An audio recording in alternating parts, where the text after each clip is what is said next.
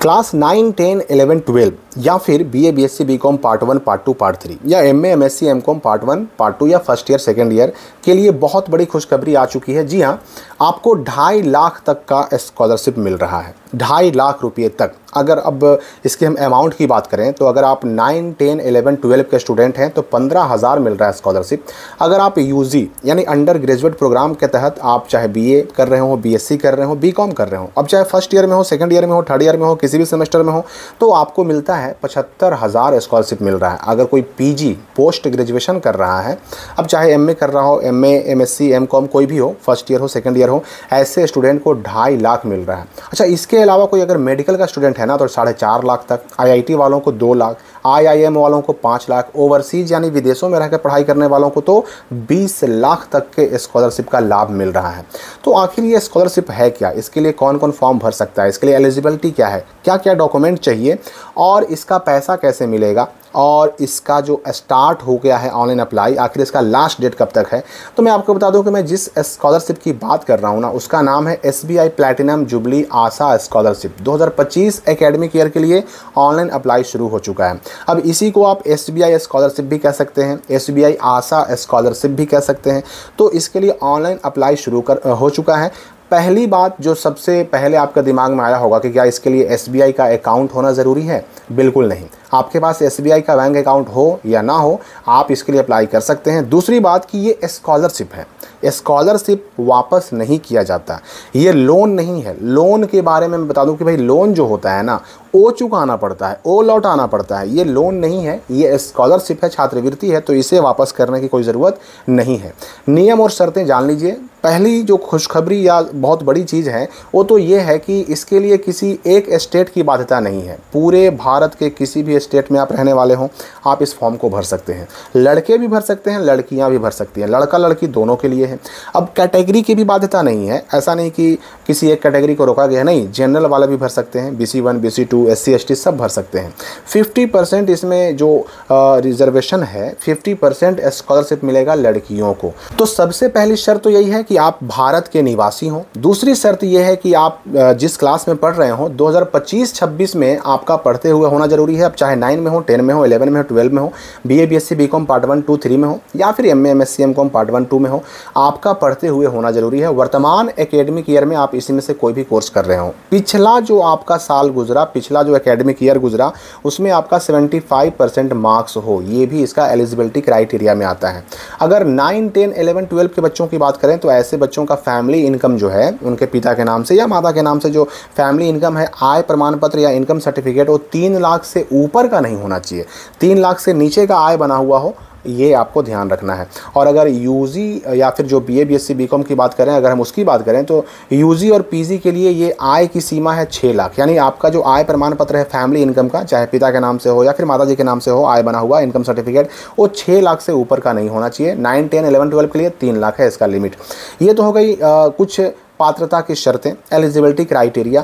अब इसके लिए एप्लीकेशन प्रोसेस क्या है, तो आपको भाई लिंक जो अप्लाई करने का है मैंने कमेंट और डिस्क्रिप्शन में डाल दिया है, वहाँ से आप अप्लाई कर सकते हैं। सिंपली अप्लाई नाउ पे क्लिक कीजिए, स्टार्ट एप्लीकेशन फॉर्म को भरिए, पूरा डिटेल भरिए। उसके बाद उसमें जो है ना आवश्यक डॉक्यूमेंट अपलोड कीजिए। डॉक्यूमेंट क्या क्या लगेगा वो भी मैं बताने वाला हूँ अभी। उसके बाद आप इस स्कॉलरशिप को सबमिट कर दीजिए। डॉक्यूमेंट क्या क्या लगेगा, ये मोस्ट इंपॉर्टेंट चीज़ है। देखिए, डॉक्यूमेंट को कई कैटेगरी में बांटा गया है। सबसे पहले आपका एकेडमिक रिकॉर्ड मांगा जाता है, तो इसके लिए marksheet from the previous academic year. अब इसमें जो है आप अगर 9 के लिए अप्लाई कर रहे हैं तो आपको 8 क्लास का, अगर आप 10 के लिए अप्लाई कर रहे हैं तो 9 क्लास का। इस प्रकार से आप जिस क्लास के लिए अप्लाई कर रहे हैं, आपको ग्रेजुएशन पार्ट 1 का बच्चा है, अगर वो अप्लाई कर रहा है तो वो इससे पहले जाहिर सी बात है उसने 12 पास किया होगा, यानी प्रीवियस एकेडमिक ईयर, इससे पहले जो आपने पास किया उसका मार्कशीट चाहिए होगा। इसके बाद आइडेंटिटी कार्ड में आधार कार्ड की ज़रूरत पड़ेगी, ये सब अपलोड करना पड़ेगा, ये सब स्कैन करके ना अपलोड करना पड़ेगा। फाइनेंशियल डॉक्यूमेंट में करंट ईयर फी रिसिप्ट, यानी वर्तमान में आप जिस क्लास में, जिस ईयर में, जिस कोर्स में पढ़ रहे हैं, करंट ईयर का फ़ी रिसिप्ट आपको अपलोड करना पड़ेगा।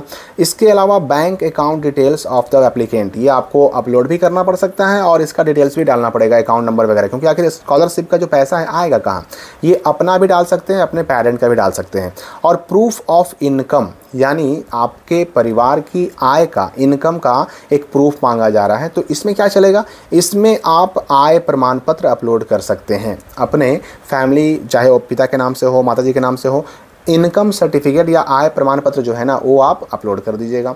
एडमिशन प्रूफ यहाँ कहा जा रहा है। एडमिशन प्रूफ में क्या लगेगा? Proof of current year admission. आप वर्तमान में सच में एडमिशन लिए हुए हैं, पढ़ाई कर रहे हैं, इसका भी प्रूफ चाहिए। तो इसके लिए या तो एडमिशन लेटर या फिर इंस्टीट्यूट का आइडेंटिटी कार्ड, यानी जो आपके कॉलेज का हो, स्कूल का हो, आईडी कार्ड भी चलेगा, या फिर बोनाफाइड सर्टिफिकेट। बोनाफाइड सर्टिफिकेट का फॉर्मेट भी आपको मिल जाएगा। मैंने उसको भी डाउनलोड करने का लिंक वगैरह स्काईलाइट स्टडी के टेलीग्राम चैनल और व्हाट्सएप चैनल पर डाल दिया है।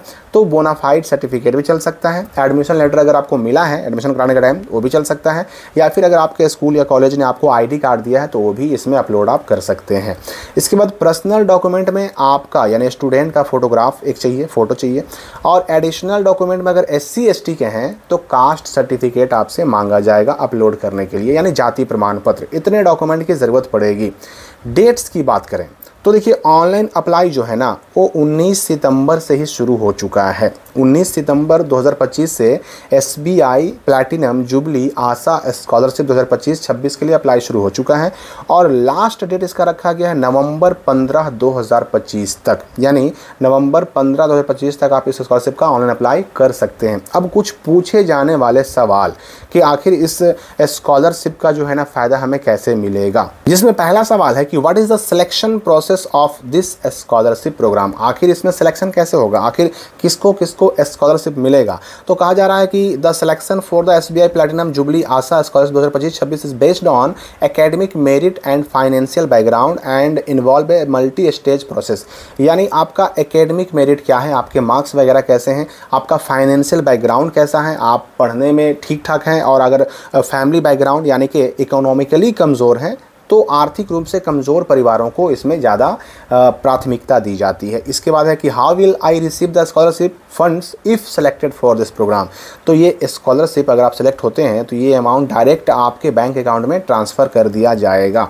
एक मोस्ट इंपॉर्टेंट सवाल यहाँ पे ये है कि which document can I submit instead of a fee receipt if I study in a government school where no fees are paid. अगर मैं कोई सरकारी स्कूल में पढ़ रहा हूँ जहाँ पर फ़ी अगर नहीं लगता है तो जाहिर सी बात है फ़ी नहीं लगेगा तो फी रिसिप्ट भी नहीं मिलेगा।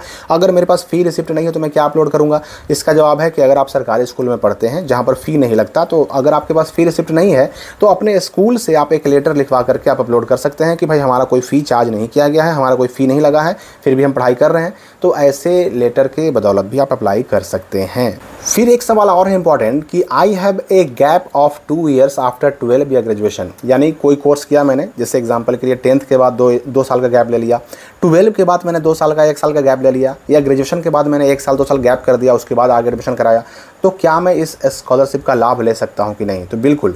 ए gap of up to 2 years after 12 और graduation does not disqualify you from applying for the SBI platinum jubilee Asha scholarship. यानी 2 साल तक का गैप अगर आपने रखा है 12 के बाद, ग्रेजुएशन के बाद, कहीं भी अगर आपका 2 साल तक का गैप है तो आप इस SBI स्कॉलरशिप के लिए ऑनलाइन अप्लाई कर सकते हैं, कोई प्रॉब्लम नहीं है। लेकिन 2 साल से ज़्यादा का अगर गैप है तब हो सकता है कि आपको डिस्क्वालीफाई कर दिया जाए।